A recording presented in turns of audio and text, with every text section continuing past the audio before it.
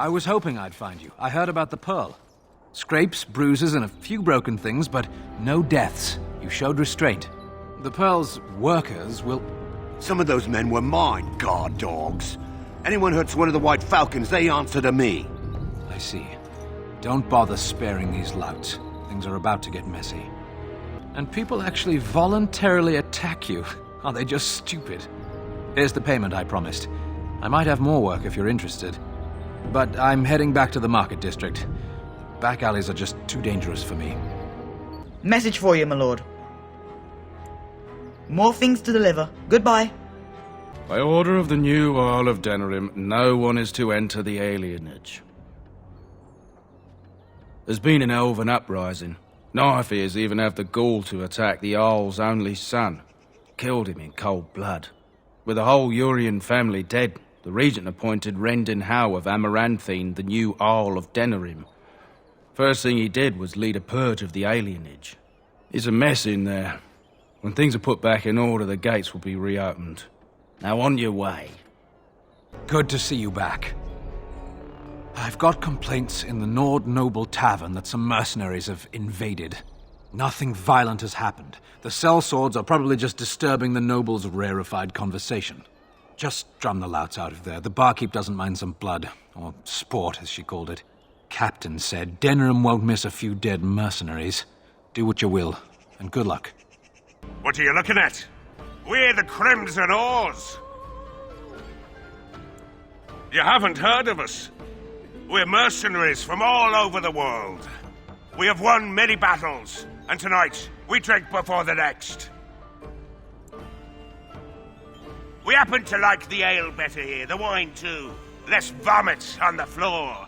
So long as we're paying, they're serving! Ha ha! No! We go wherever we want! We are the Crimson Oars! We are veterans of many battles. What are you to us?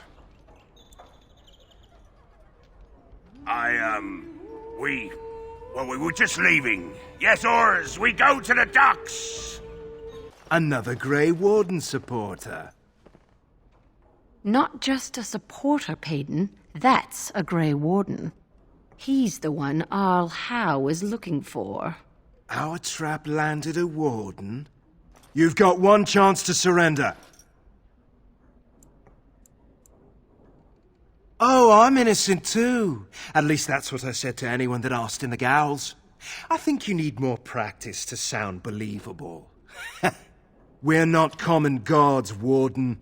We're Howe's elite. Shavra, Tanant, and Jarvi, let's kill ourselves a Warden.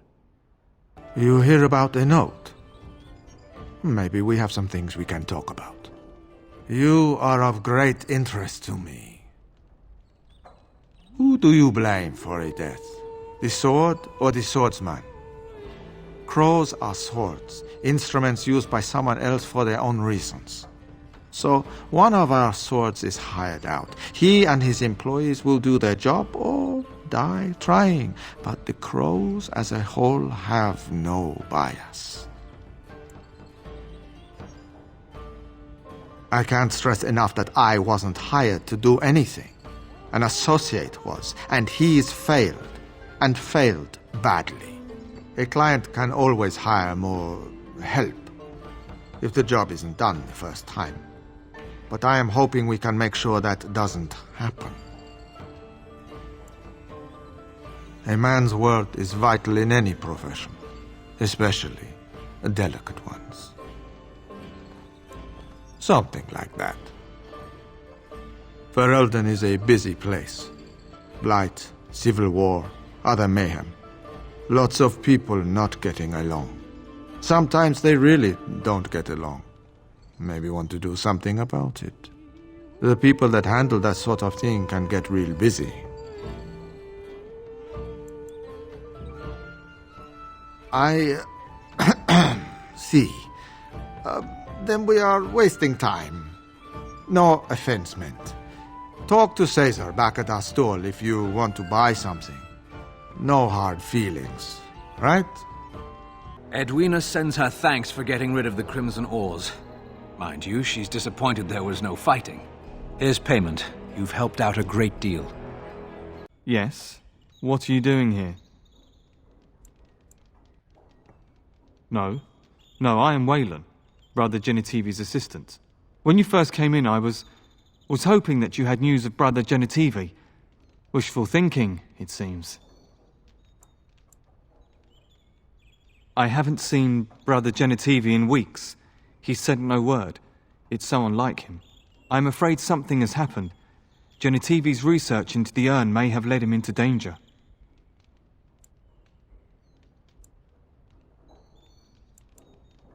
Perhaps the urn has been lost for a reason. I pray for Genitivi's safety, but hope dwindles with each passing day. I tried to send help, but some knights came from Redcliffe looking for him not long ago. I sent them after Genitivi, and they too have disappeared. Now don't ask me where they went. You'll go after them. And what if ill luck should befall you too? This search is a curse on all of us. Some things are not meant to be found. I know that now. So be it.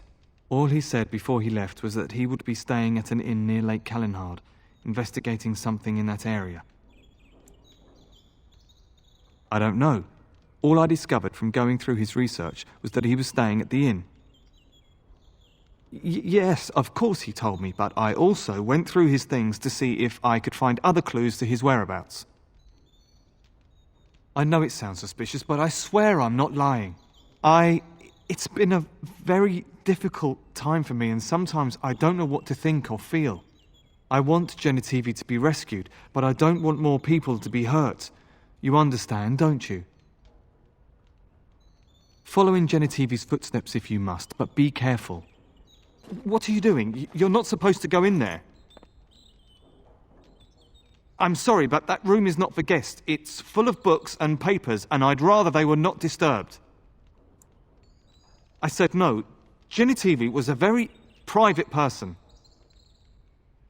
No, don't touch that door! I must ask, what does being a Grey Warden mean to you? There's that, of course. But there's more to being a Grey Warden than killing Darkspawn and saving the world from the Blight. Ultimately, being a Grey Warden is about serving others. About serving all people, whether elves or dwarves or men. As a Grey Warden, you are a guardian of men, and you guard them because their continued existence is more important than you are. Thus it is you who serves, not they. A good king, a true king who cares for his land, uses his power to rule firmly but fairly. He serves his people first and foremost. The king who does not do this, who believes that he is entitled to his power, who abuses it and uses it for his own means, is a tyrant. If you live apart from others and your actions affect only you, then you may do as you wish. But if you have power, influence, and strength, your every action will be as a drop of water in a clear, still pond. The drop causes ripples, and ripples spread. Think of how far they will go, how wide they will become, how will they affect the pond. But I've lectured enough for today. I should stop before I wear out my welcome. I've watched a lot of humans in my time. It should be aware that I've decided that it is not much like any of them. Oh, it's not just that. Well, I'm sure that's part of it, but it's not only that. Surely it must come from some superior lineage, yes? Some breed of flesh creature that has decided to elevate its genetic stock above its natural shortcomings? Nonsense. It can imagine my surprise discovering such a thing was possible from a creature so soft. But there it is. I would appreciate if it didn't spread around that I said anything. Humans might start to get the wrong idea. They might start thinking their race is not completely hopeless. Indeed, can it imagine the horror? Oh. Now, let us crush something into a fine paste. before it starts to think I've gone all soft. Perish the thought. Something on your mind? Of course. Have you seen the uniform? It's not only stylish, but well made. I'm a sucker for good tailoring. I keep it hidden under my pillow. Sometimes I'll take it out just so I can hug it fondly and remember the good old days. Brings a tear to the eyes, you know. Oh, sure. They said that all the self-flagellation would be unpleasant, but you know what they say, one man's pain. You don't really want to know about my being a Templar, do you? It's really quite boring. You know, I like the way you think. You're all right. If you're really curious, then I'll tell you. The truth of the matter is that I did hate going to the monastery. The initiates from poor families thought I put on airs, while the noble ones called me a bastard and ignored me. I felt like Inon had cast me off, unwanted, and I was determined to be bitter. But I took some solace in the training itself, I guess. I was actually quite good at it. The education, mostly, but also the discipline. You need to have a disciplined mind in order to use the abilities we have. It was difficult, but rewarding. I never really felt at home anywhere, though, until I joined the Grey Wardens. And Duncan felt my Templar abilities might be useful for when we encountered Darkspawn magic, so I kept it up. What about you? Do you have anywhere you consider home? We won't always be traveling like this, you know. Once the war is over, once the Blight is... well, a time will come when we'll have to think about having a real home again. Though that seems like a far ways off. And I suppose the Grey Wardens are gone for good, either way. I suppose you're right. We can create new Grey Wardens, but we'll never get back those we lost. I wonder if it would ever feel the same. Anyhow, now I've sidetracked us. We'd better get back to what we're supposed to be doing right now. Something on your mind? Of course. Sure, I could. I could even teach you, I suppose. Anyone who's been trained as a warrior. I guess if I'm going to give up Chantry secrets, I may as well go all the way. Send whoever you want trained to me in camp, and I'll see what I can do. Oh, hello. Is there something you wanted to talk about? It's nothing. I'm fine. I'm just thinking. I can't get what happened out of my head. I'd been in Lothering for years, and she still thought I was plotting against her. She didn't trust me. Maybe she never did. She loved me when she could use me and control me. And now that she can't, she wants me dead. It hurts to realize that I never really knew her. I knew she was ruthless, but I didn't know how far she could go. She is self-serving, cruel. She uses people, then discards them. But that's how she survives in the life she leads. What if she's right? What if we're the same? I should just have stayed in the Chantry. I could have been wrong about the Maker. I know you doubt me sometimes. Maybe you're right. Maybe I just tell myself he's there to console myself, to know there's someone watching out for me, to know I'm not alone.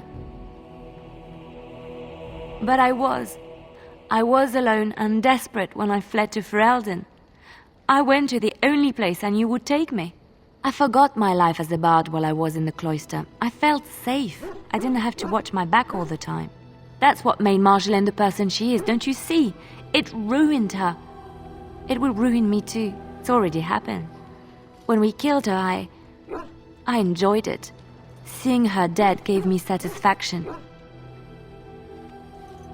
But that is no reason to rejoice over her death. That is what she would do. I don't want that. What we're doing, what we've done, hunted men down, killed them. Part of me loves it. It invigorates me, and this scares me.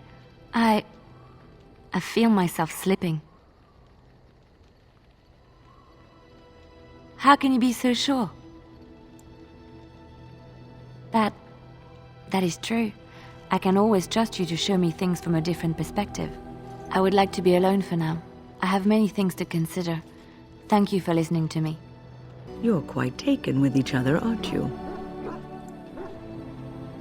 I've seen the way she looks at you, the familiarity with which you speak, how she always finds a way to place herself next to you. I've noticed your blossoming relationship, and I wanted to ask you where you thought it was going. Leliana is a remarkable girl, sincere and guileless, and she has opened her heart to you. I would not like to see her hurt. Not intentionally, no. But there is great potential for tragedy here, for one or both of you. You are a Grey Warden. You have responsibilities which supersede your personal desires. Love is ultimately selfish. It demands that one be devoted to a single person who may fully occupy one's mind and heart to the exclusion of all else. A Grey Warden cannot afford to be selfish. You may be forced to make a choice between saving your love and saving everyone else. And then what would you do? Nothing is certain. Not in these times. You cannot take anything for granted. I want you to be aware of this. You may have to save one or both of you unnecessary anguish later on.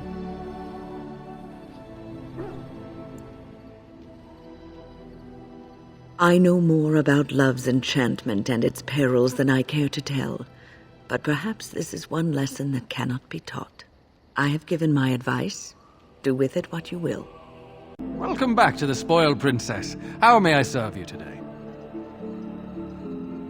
Brother No, of course not. I've never heard of him. Who? Listen, the person you're looking for isn't here. You should be on your way as soon as possible. No, I'm not in any kind of trouble. If you want ale, wine, or a warm bed for the night, I can help you. If not, I have nothing else to offer. It speaks. It doesn't have better things to do.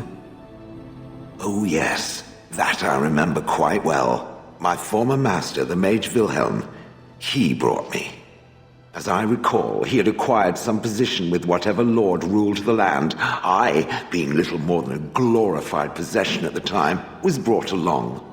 Oh, how he enjoyed impressing the villagers with me. Gollum snarl at that villager there, be fearsome. And of course, I would have to do it. I'd have happily stomped them all into paste, and then ripped down their little houses and stomped on them, too. In fact, after 30 years of watching them, I'd do it twice. What I didn't like was being ordered to do it. Dangled in front of those frightened morons like some scary thing.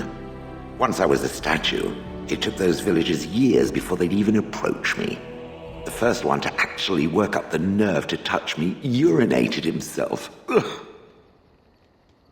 That is where Wilhelm kept me. He wanted me out in the open where I could be frightening like a scarecrow. I was supposed to watch for thieves. Pah! Plus, his wife didn't want me indoors. She said there wasn't room for me. Hag. I was once larger, 10 feet tall. Then the loathsome hag complained that I couldn't fit through the doors. So the mage had me shrunk down. Can it believe it? And she still wanted me out. With a chisel and a lot of nerve. He did love using that control rod. Fondled it so much his wife actually threatened to throw it in the lake. I would have liked to have seen that. Which reminds me, where did it find the rod? Did it pay a great deal for it? Hag. I traveled with the mage. He did a lot of traveling, I remember that. But where we went, it is rather fuzzy. I remember great battles, fighting many humans long ago. They were all very soft and squishy. And before that, No, there are only images. I was somewhere dark. I have no idea. Wilhelm used to brag that the dwarves stopped making golems centuries ago. I do not age as you soft creatures do. Sadly, my memory is no better. Plus, I get bored and stop paying attention. Good. I was just about done talking about it. It does like to have a good chat now and again, doesn't it? What's on your mind? Oh, yes, and thank you for asking. I'm feeling much better today. Well, thank you for your kindness, my dear. It certainly warms these rickety old bones. I enjoy the nights at camp. The night always seems more peaceful to me, safer. I feel the night grants us a reprieve from the troubles of the day. Silly, isn't it? The Darkspawn never sleep, and they lurk in the shadows. I enjoy those nights when we stand guard together, talking to pass the time in those small hours. Well, I talk and you listen mostly. Sometimes I succumb and fall asleep and wake to find you still watchful, and I know you're watching out for me. What I'm trying to say is that I trust you. I'm comfortable around you. I know you'll be there when I need you. You are our leader and my friend, and sometimes I think that maybe we could be more than that. Maker, look at me stumbling over my words like an ill-educated peasant girl. Some bard I am. I'm not embarrassed. I'm just flushed because of the heat. Really? No one told me. You felt the same way and didn't do me the courtesy of informing me? You made me say all those things. Why couldn't you have said them first? Oh, how very awkward. Oh, chivalry is so dead, making the lady spill her guts like that.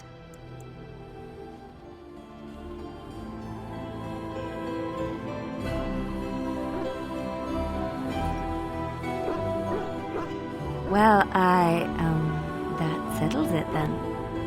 Something on your mind? Of course. Never what? Had a good pair of shoes? I'm not sure I do. Have I never seen a basilisk? Ate jellied ham? Have I never licked a lamppost in winter? Make fun of my comrade in arms? Perish the thought. Well, you tell me. Have you ever licked a lamppost in winter?